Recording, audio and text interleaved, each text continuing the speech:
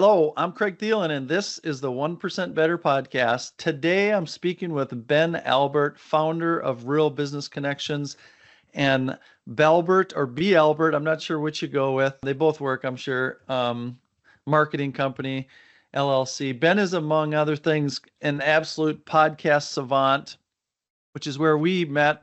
And he hosts a network of 5 podcasts, and he's done just an amazing job with them. And he's, I believe, in the top 1% of podcasts, which is pretty impressive.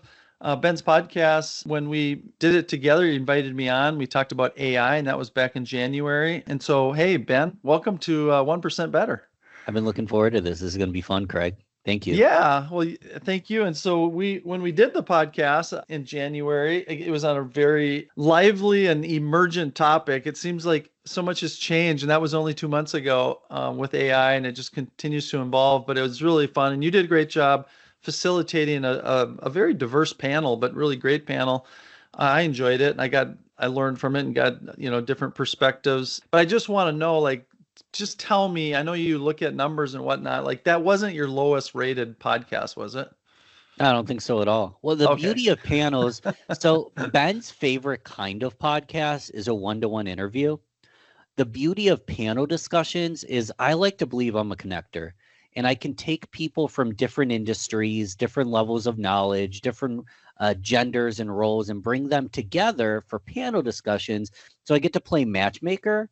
And I call it OPA, other people's audiences.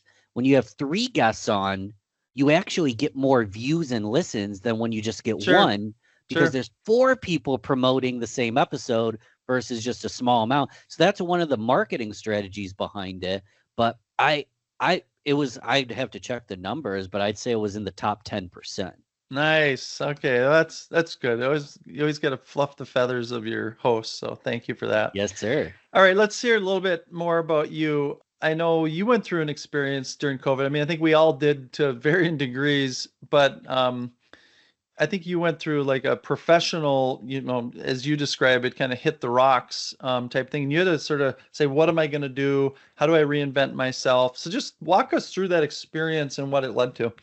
Yeah, I mean, I'm an accidental entrepreneur. I didn't have Jeff Bezos or Brene Brown or Oprah on my wall. Wanted to be a basketball player when I was a kid and was working my way up the corporate ladder. I worked for a marketing agency, sales executive. And when COVID hit, I got let go.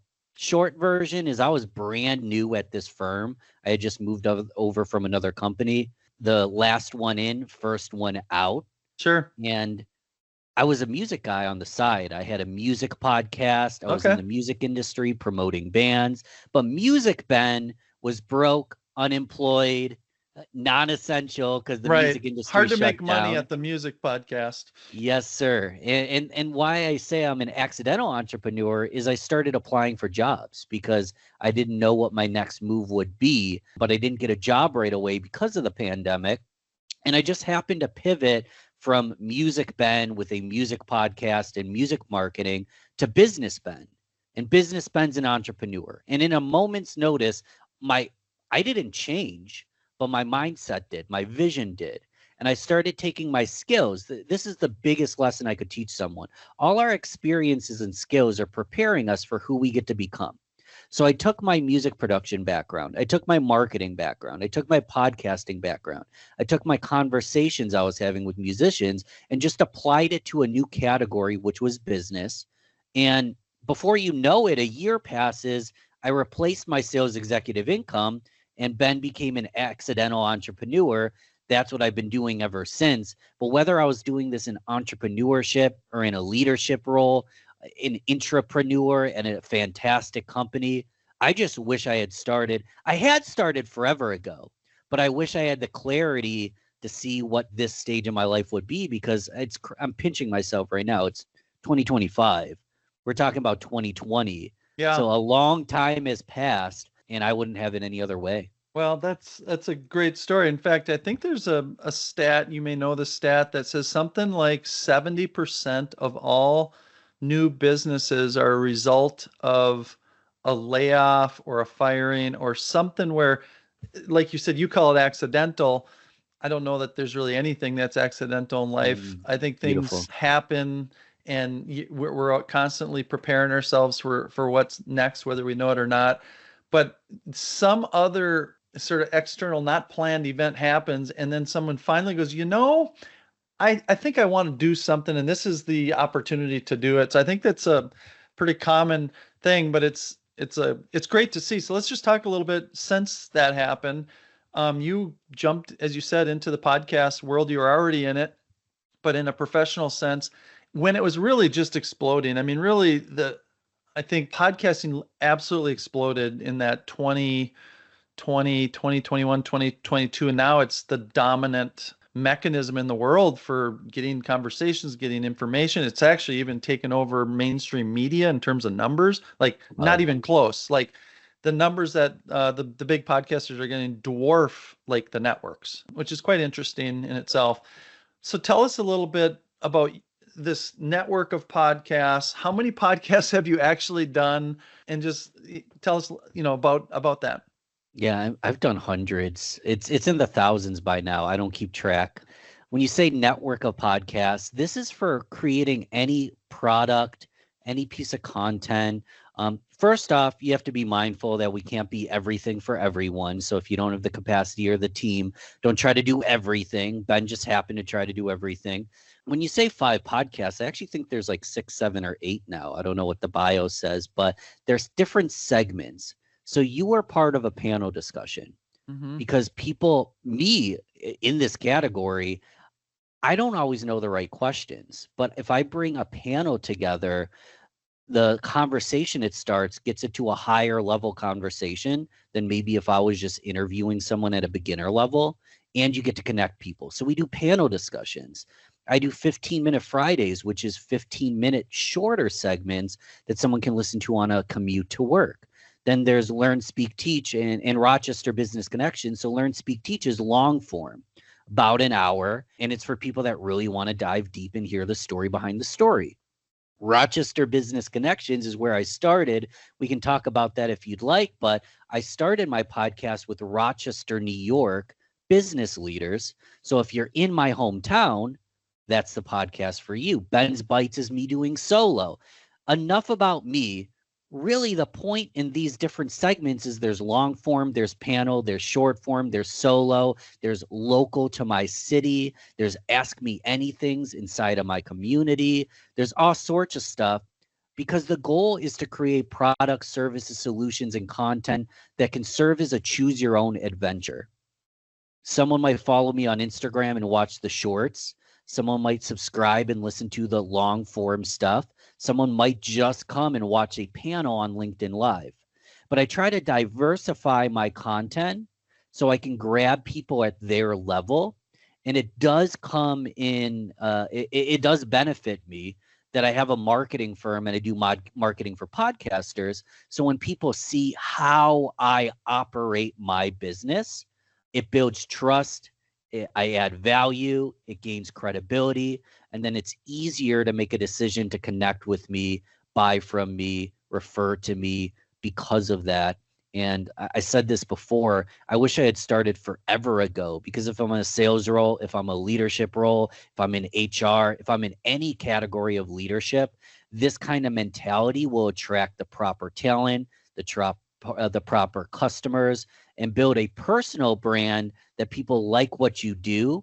And that's something that can never be replaced for you. If you look at the top CEOs, the top anybody, they have personal brands, they're household names.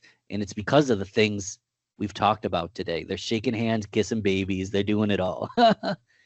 So, I mean, podcasts, there's tens of thousands of them. I mean, Yeah. it's insane how many podcasts there are, and people only have so much time in a day. Yet, I think a lot of organizations, okay, businesses are going, geez, we better tap into this. This is where the eyes and ears of people are at now. So it sounds easy to create a podcast, and it is incredibly easy to create one, but it's becoming increasingly difficult to have a successful one, meaning people actually listen and then you get some sort of engagement. Because at the end of the day, you don't just do this, just you want it to be a two-way street. Just you want to get some value back out of it. Most businesses I would say that Yeah. anyways. So just I know this we could talk like an extended form podcasts about how to be successful with it, but just what comes to mind? What are the top two or three things? If some company or some person says, I want to use this mechanism to get, the word out and to get some benefit from it, what are the basics that you say would that you've learned from you've done so many, you've created, different brands of podcasts that are kind of the basics of getting in and being successful with podcasts. And I'll chime in with my experience. This is like our 40th now podcast, and we're in our third year, and we've learned a lot, I can say, from it. So I'll let you go first. Have you had anyone on the podcast talk about micro influence at all? I don't think so. Niching down. Most business professionals understand the concept of niching down. Micro influence is having a big influence with a small amount of people. I think the biggest problem in the podcasting space is everyone wants to be rich and famous. They want to be Joe Rogan, yeah. the girl from Call Her Daddy, like world famous, Oprah famous overnight. And I think we're defining success incorrectly. If I were to, and this is not my zone of genius, that's why I pass it to people that it is their zone of genius. But if I were to run a pay-per-click ad campaign, I'd focus 100,000% on the numbers. I'd figure out how to change the copy, change the image. I'd run A/B tests. I'd focus 1,000,000% on the numbers because I'm paying per click, per conversion. When people treat a podcast with that form of understanding of ROI, they're often missing the purpose of a podcast because you don't have those numbers. It's harder to track, and it's more PR, personal branding, relationship building, notoriety. It's an engagement, it's an audience building campaign, not a conversion campaign. So people go in wanting to have millions of listeners that convert into sales overnight. And I think that is not a good metric for what success is going to look like. What I like to do, and we can go deeper, I know we could do a whole freaking seminar on this, is I like to simplify it to 3 categories: plus, minus, and equals. Plus is mentors. They're thought leaders in your space. They're people that you and your audience want to learn from. Minuses are mentees and the audience. They're listeners. They're people that are going to buy from you. They're people that you're going to mentor. And equals is peer-to-peer. Peer-to-peer, you share ideas, you learn from each other. You also become strategic partners, referral partners. You can build business without spending money on each other. So if we understand who our plus are mentors, who our minus are mentees or audience, who our equals our peers are, we can build a podcast strategy around those 3 categories. Because again, simply put, your mentors, having someone, Chris Do is a great example. He's way bigger brand than me. People in the digital marketing space, especially graphic designers, love Chris Do. I had him on my podcast. That's it. He's not my best friend, but he provides social proof that I must know at least a little bit about what I'm doing, that Chris Do came on. So you get social proof, you get education from your mentors, you become a thought leader at starting these conversations. Your equals, you collaborate together, they refer you business. And your minus, that's your audience, that's the people that are spending money with you. People, sometimes I struggle with this. They don't know how to fill the blank in for those 3 categories. And if you understand those 3 categories, you know what your micro niche, your micro influence is. So very quick, simple example. And I've went international, which actually caused me to tank for a little bit and do less sales. I started with a Rochester, New York business podcast, highlighting local leaders in my city. We can break down each category, but it was just very easy for me to build thought leadership in my city, get in the room with leaders that had money to spend, that had things to teach me. And that's how I built my business. But it's because I was focused on a small amount of people. I knew exactly who they were, and I didn't look at numbers because it could just be me, Craig, my mom, and Craig's grandma. But if I'm building a relationship with Craig and we can start a strategic partnership together, I don't care if I have listeners. Yeah. So Yeah, it that's goes my back to overview of it all. Yeah. it goes back to what are you trying to promote and who are you trying to promote it to? It's interesting when you broke it down into those three levels. I didn't realize this, but we sort of went through that in the order that you did. I started with mentors of mine, people I highly respected, and that was like the first 10 or 15 folks, and then shifted to sort of peers and clients and people that I've been sort of working with. And then now we've just sort of opened it up to people of, have a person who's a professional basketball player, an Arctic explorer, just people that are just, but we did have something that glued it all together, which is this notion of personal and professional improvement and this mindset of 1% better. So I would say the biggest, in addition to what you said, and you probably can echo this, but it just because you create a podcast and you have a great idea, and even if you have great content, doesn't mean that people are going to show up. It takes time, and you just have to have whatever number of episodes, 30, 40, 50, 60, so that people actually go, this thing is real. I can depend on it. I can go there if I and know what am I going there for. And it just takes time to build that trust.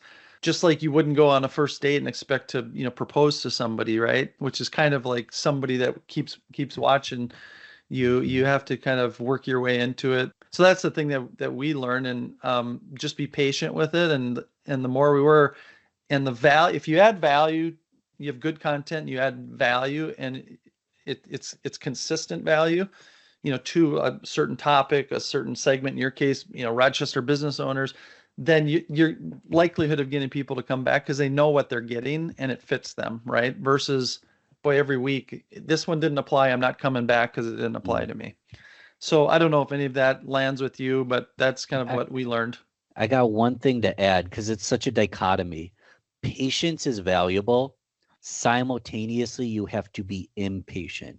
Right. Because I could put up 5 episodes and say, God's got me, let's go viral. But the impatience comes when you promote it, you set a schedule to consistently put out content, put it out the same time each week. You're impatient with trying to find big guests and ask anyone you think, and you'd be surprised, huge guests will say yes to you. Yeah. So you want to be patient with the input, what comes back to you, but you want to be impatient with the output, the actions you take to get better at anything you do. And it's a dichotomy. You have to be patient, but impatient simultaneously. And then the third part is sometimes you just have to outlast. Sometimes the person that wins is just the person that stuck to it longer than the person that quit early. Yeah. No, those are great points. And for us, we did the impatient part because first of all, we didn't understand the patience part. So we were just like, hey, we've done 5. These are great. Why do we only have 50 followers or something like that?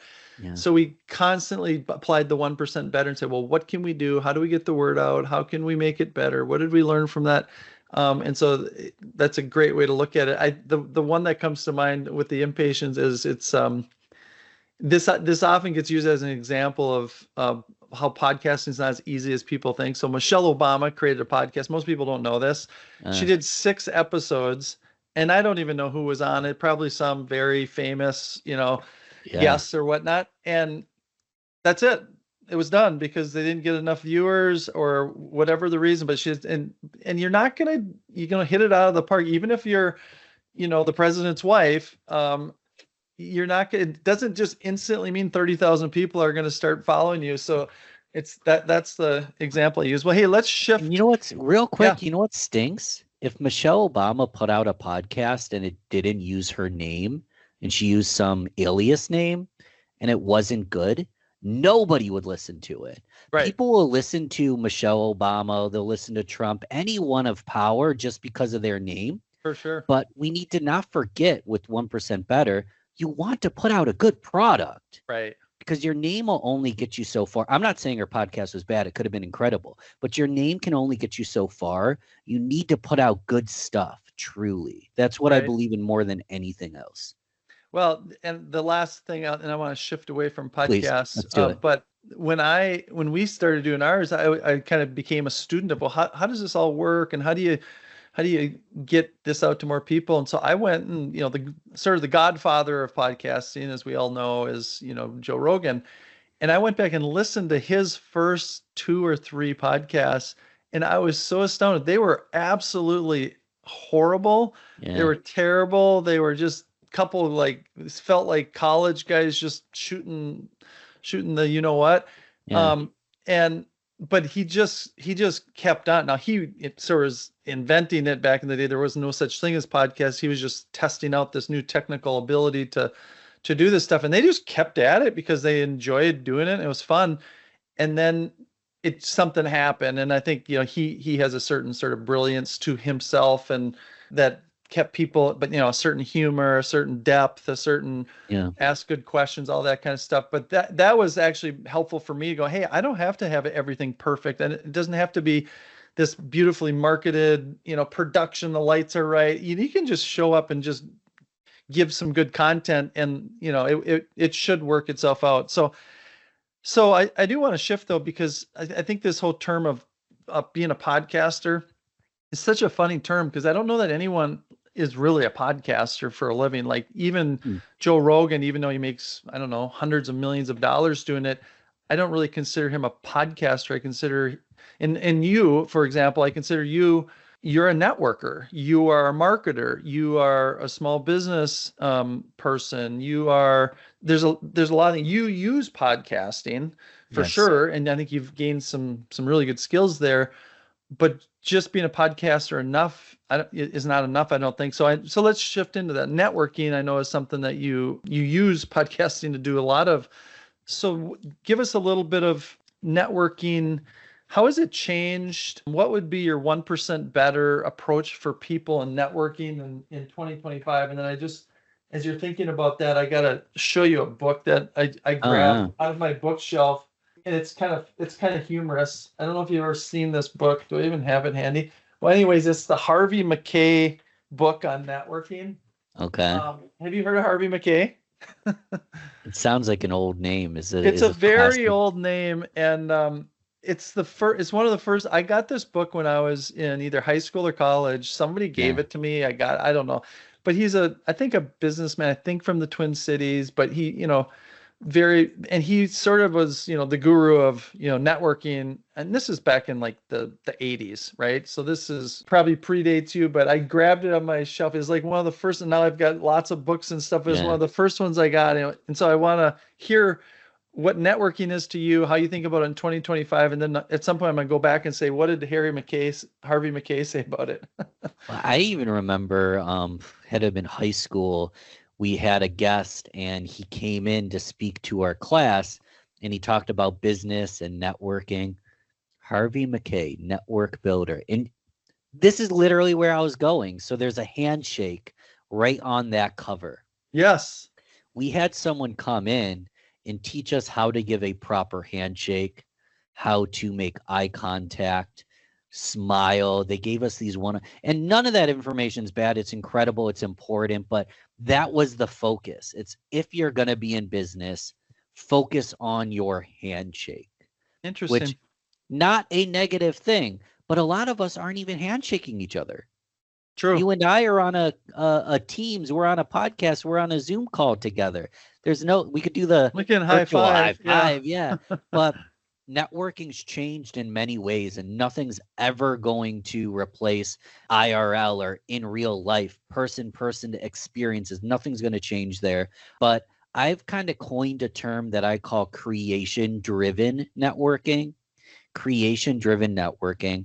And whether you're the life of the party or soft-spoken introvert, I think it's for everyone, but it's especially for soft-spoken, more introverted, creative types, because Some people have the capacity, and still I encourage them to do it, to walk into a busy bar, a networking event. They're smiling, they're high-fiving, people are gravitating to them. They can hand out business cards without looking sleazy. They are the life of the party. But a lot of us aren't that life of the party, and we can try to teach that, but a lot of us are more soft-spoken, creative, more strategic.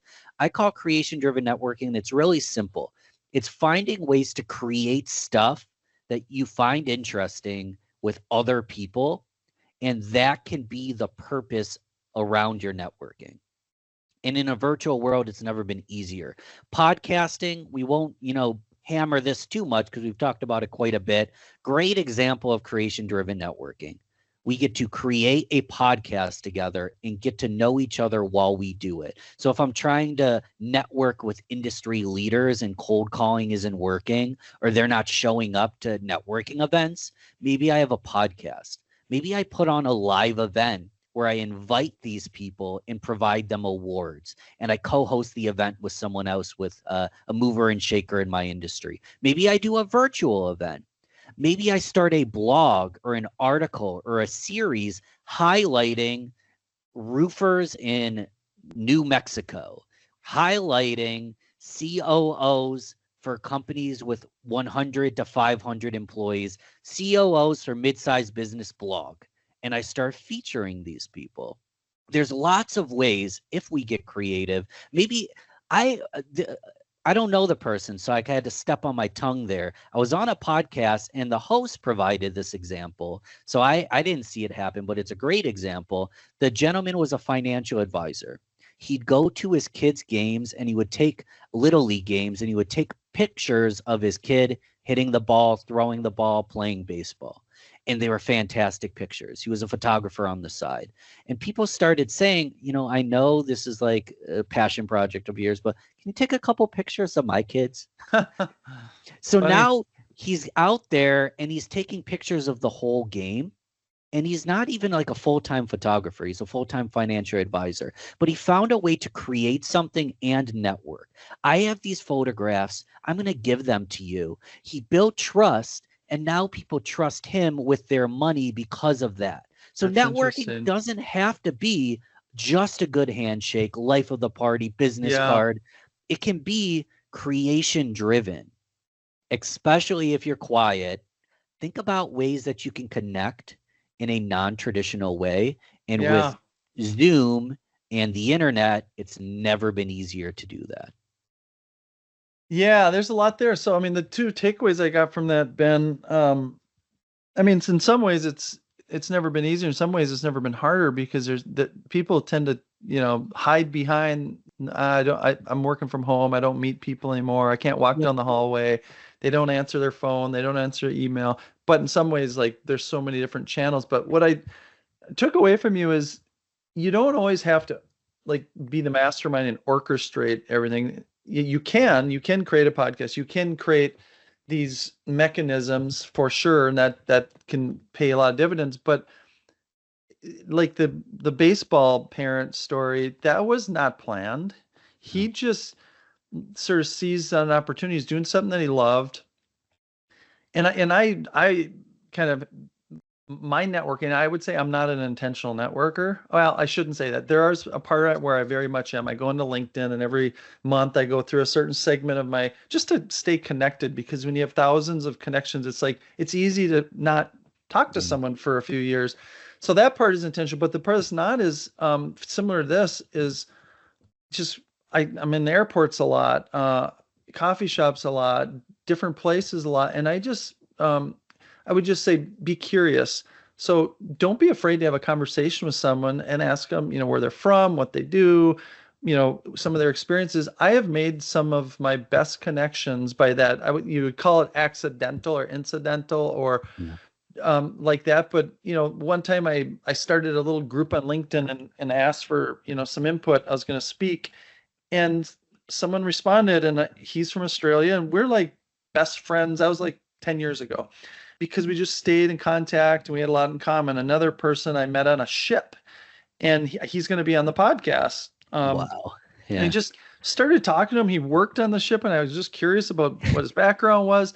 So if you just I think show genuine interest in people and curiosity, it's pretty easy to network. Whether you're introverted, extroverted, people want to talk about themselves, and they actually are very open if you show some curiosity and interest. So I just think that's a great example that you showed. It doesn't have to be orchestrated. It can just be in what you're out there doing, taking a walk in the neighborhood, grocery store, wherever you're at, there's people, then there's people to know. And if you have the perspective, like everyone you meet, you can learn something from them and build a connection, that is enough. That's a pretty good start, right? And it's cheesy, but you can orchestrate that. Oh, I'm You can sure. put in your calendar. You can put in like a non-negotiable. I'm going to talk to 5 strangers today. It's not, hey, I'm trying to talk to this girl because she's cute and I want to get a date. It's, I'm going to talk to the first person I see at the grocery store that looks towards me. Might seem kind of weird, might seem kind of odd, but it's like, I'm going to go to the baseball game. I'm not going to just stare at my son. I'm going to talk to the person and ask him, hey, is your kid here? Yeah, I think the biggest thing and that's going on in the world, and I notice this when I travel, is how many people, Ben, in the world are doing whatever they're doing and they're like this. Yeah.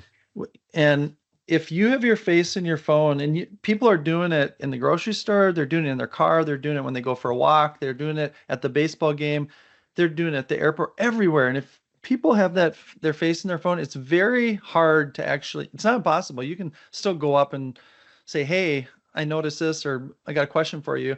But if you just take that phone down and just look around, I think it's amazing. Like the people go, wow, I'm just noticed maybe, this, and maybe I should go see if I can help that person or ask this person a question. That's a thing in the world of just being so immersed in the digital world that you forget there's a real world with real people around you. Yeah. Well, hey, let's shift.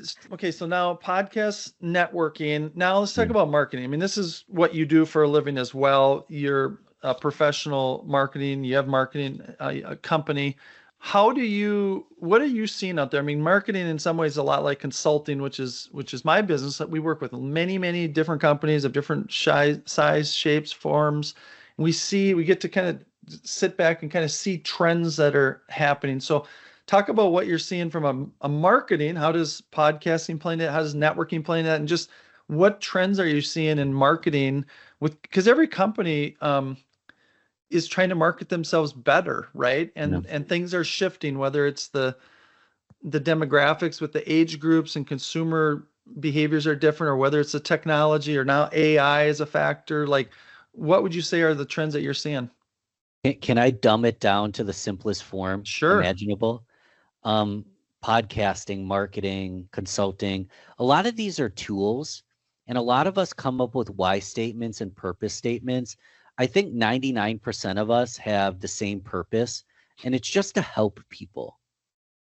It is to help people, and we find different ways to do it, but the goal is to help people.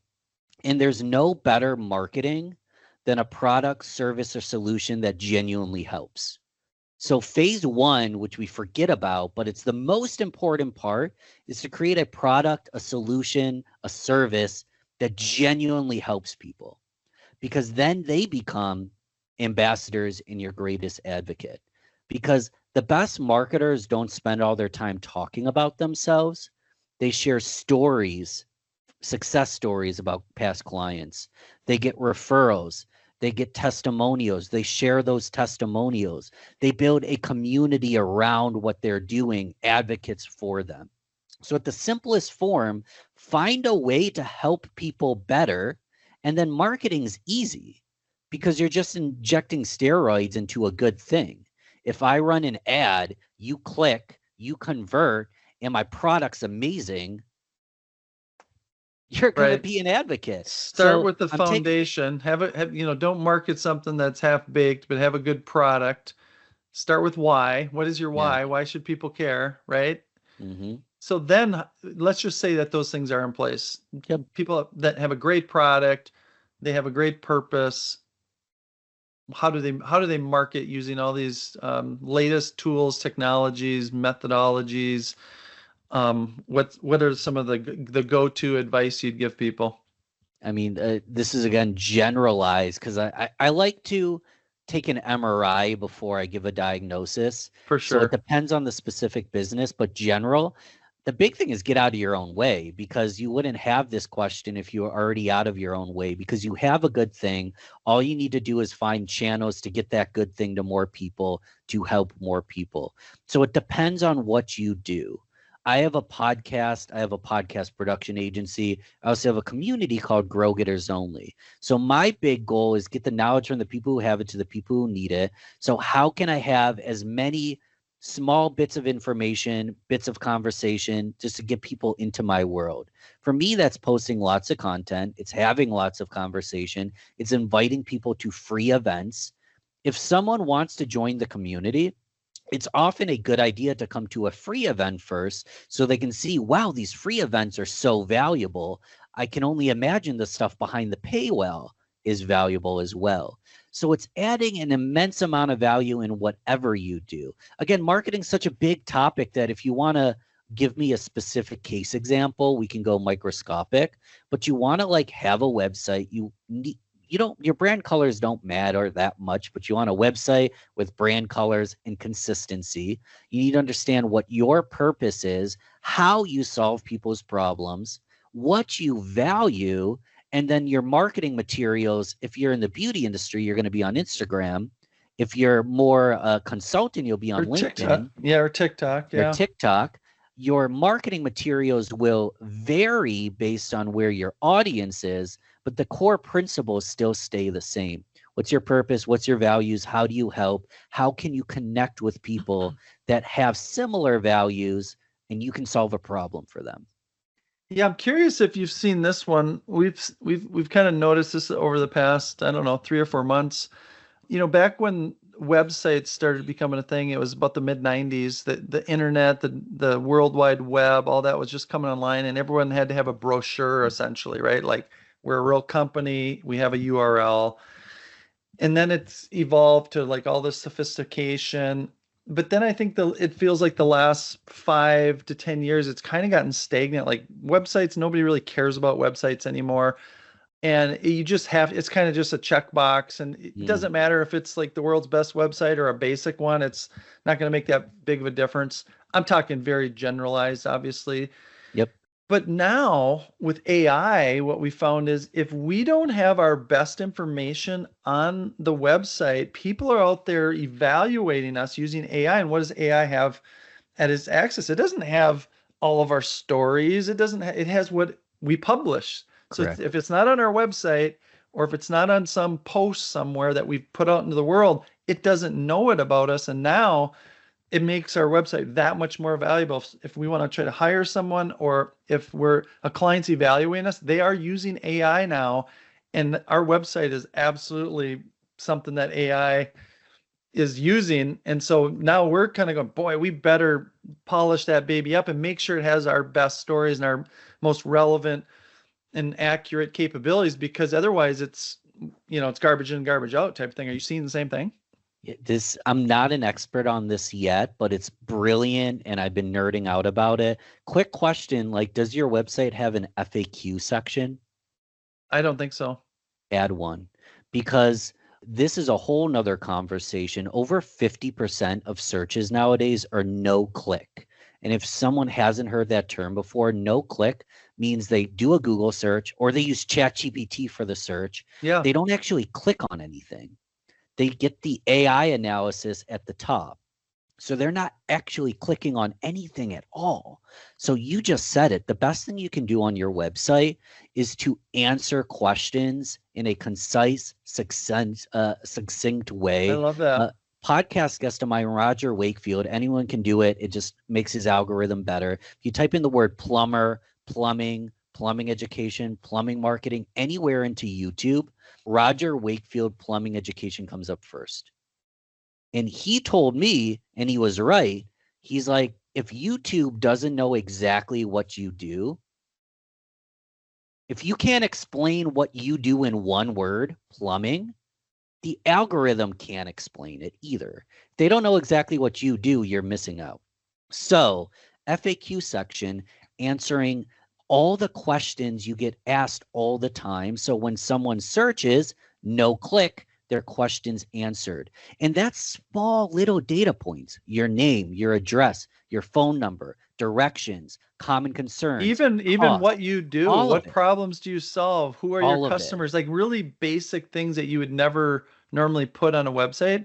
Like AI has to either you just tell it and it takes it as fact, or it has to sort of figure it out on its own, which, as we know, isn't the best, thing. So I think that's brilliant, honestly, because the old standard was SEO, right?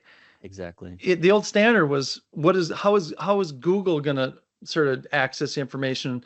Now there's something that even trumps Google, which is that AI that sits on top of it, whether it be Gemini or ChatGPT.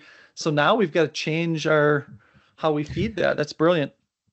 I had blood work done a month ago. It wasn't the results I wanted. There's a couple small concerns.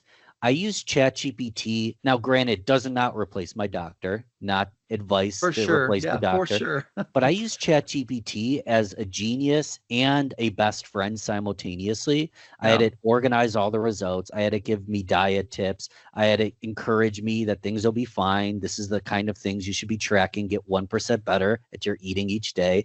And Nice. I had this full conversation with the GPT about my blood work, which is very expensive to do with a therapist or a doctor. And again, it doesn't replace that. But I did all of that and I didn't click on a single website Yeah. There because you go. it's grabbing the information, and what I just described will become commonplace. Oh, You want, yeah, it is. yeah. For So you want sure. to be the one they're talking about is the short Yep. version, because they'll say the Mayo Clinic suggests, Craig Thielen suggests, Ben Albert suggests. That would be brilliant if ChatGPT is using me as a quote. Yeah, I think, and my hope is, and it's just a hope at this point, we know how biased the Googles of the world were in their searches. At the end of the day, it came down to who is paying money, that type of thing.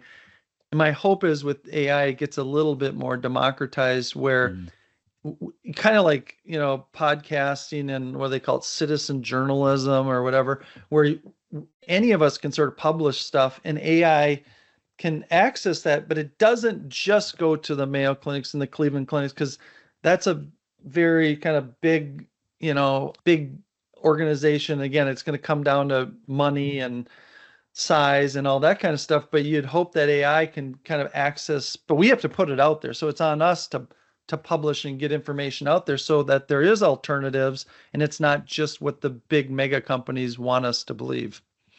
yeah, that's a podcast and a half.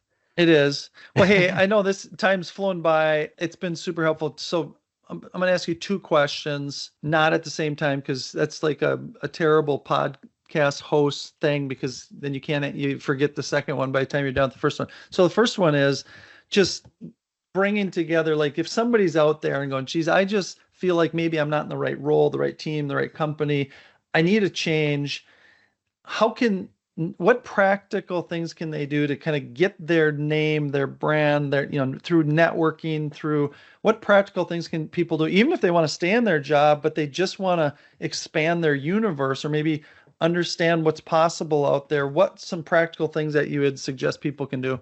Yeah, in any role, in any business, at any phase, if you go down to the simple exercise of plus, minus, and equals, who's your mentors?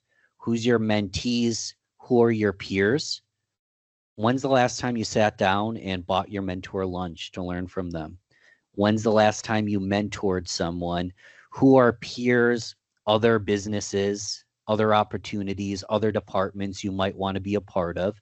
If you get clarity of, it's better to have literal people, but even just the kinds of people in each of those categories, build a strategy around mentoring someone, getting mentored, and talking to peers. And then I think the clarity will come on its own. I could look at a situation and give a suggestion, but we're all, unique beings. So I think the answer will come on its own. If you sit down with a mentor, if you start mentoring, you start to see maybe I'm not in the right role, or maybe I'm not in the right department, or maybe I was built for leadership and I need to step up. I think it all starts with that. Yeah, great. I appreciate that. Last question on the podcast for all the guests. You've learned a lot just through your life experiences the last 5 years, but if you had to kind of take a step back from all the subject matter that we're talking about and just say life lessons, 1% life lessons, if you were 18 years old and you knew what you knew now, what would you tell yourself? Or if someday you have grandkids and you want to pass on, what you've learned from life, what would be those couple, two, three, 1% better life lessons? It's funny you mentioned 18 years old because I was a rebel and I got arrested a couple times. Nothing major, just stupid petty stuff. And guess what happened when I got in trouble? They took my fingerprint. Why do they take your fingerprint when you get in trouble? Because each fingerprint is unique. We all have a unique DNA code. We're all unique beings. I like to joke that there is no one key to success. It's a combination lock. And each individual, just like a padlock at the gym or your pin on your phone, every individual is going to have a unique combination. So the goal isn't just to listen to one podcast, one mentor, one idea, and try to copy it. The goal is to find your combination. We talked about, and I could go on a long rant, but the skill stacking of podcasting, marketing, all this stuff prepared me 1% each day for what I called accidental entrepreneurship. You pointed out it wasn't an accident. I was in preparation for that. So the more we develop skills, the more we develop our unique combination, our business's combination, our leadership combination. And if we can show up as our best we're all going to be slightly different. That's how you get 1% better. You just find a new digit in your code. Every day you find a new digit in your code. It's finding your authentic self and being 1% more of you every day, right? And it's practical as hell because I can follow someone else's authentic self and I'll be nothing but their number 2 forever. Yeah, you'll never be as good as anybody else because you're not them. So, yeah. But you will be the best at who you are if you can find that, like you said, that combination of who you really are. So great stuff. We could probably all think on and meditate and noodle on that one for a long time. So Ben, it's been a blast, and thanks for being on the podcast once again. Yeah, anytime, man. This is fun. Thanks, Craig.